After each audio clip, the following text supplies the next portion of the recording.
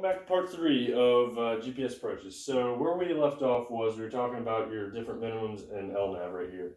So I said you need to stay at 3,000 if you're on LPV, and once you get to your glide slope, intercept that, follow down the runway. However, you have this 1,700 feet right here. But if you look, you have an asterisk. Right here, there's an asterisk and it says LNAV only. That only applies to LNAV minimum. So look right here, you have LNAV. So what that means is, still right here up until Albers, you want to maintain at or above 3,000 feet.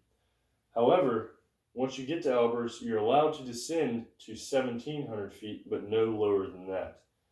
At 1,700 feet, you'll need to maintain that and attempt to have a visual of the runway. If not, you'll have to get missed.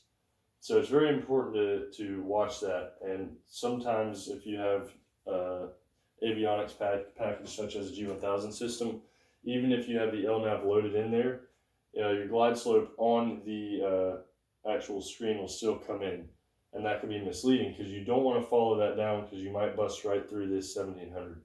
It is also known as a step down fix, so just keep in mind, if you see that with the asterisk, it's LNAV. If you're shooting the LNAV, make sure you abide by this 1,700 feet and don't shoot through it because that can be bad. You get trouble or it can be dangerous. So that's basically kind of what an RNAV approach is, the different minimums they have, and kind of the basic procedures behind it and what you need to know.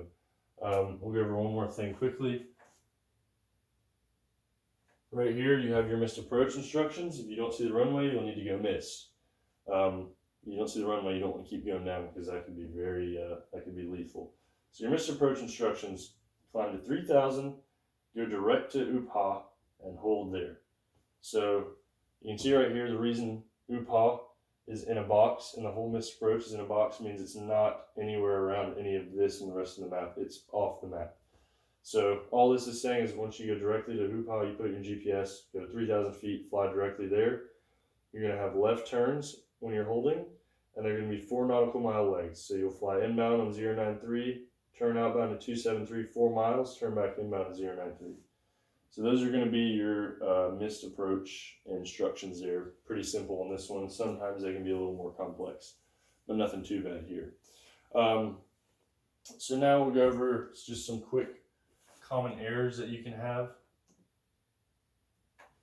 So this is what a G1000 looks like right here. So you can see here, you have your needle. This is for your lateral guidance. Right here, you have this little diamond and this little strip right here. That's your glide slope or your vertical guidance.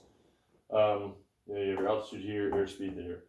So error you could have is fixation. So let's say you get off of glide slope a little bit, as you can see in this. You might fixate on that and try to get back on glide slope, and while you're doing that, your needle might get out of whack here and you might get off of course a little bit. So you don't want to fixate, you want to keep a good steady, basically looking around the avionics and making sure you stay on top of everything. So another thing can be improperly loading the approach. You never want to load an LNAV thinking you're shooting an LPV, or load an LPV thinking you're shooting an LNAV. That could just cause confusion and can be dangerous, and it's not something you want to do. And lastly, you never want to bust minimums. Like on the previous approach that I was showing where you stay at 3,000 the whole way, you never want to go below that. You want to stay at or above that the whole time. And same thing with step down fixes. You never want to bust step down fixes because those could be that could be bad, could be dangerous, and you might get in trouble with the controlling agency or the FAA. So those are the basics of a GPS approach. Those are some procedures, some common errors, some equipment you'll need with it, and why you may use a GPS approach. That was what a simple GPS approach looks like, the approach split I just showed you. So hopefully you learned something, and we will see you next time. Yeah. Yay.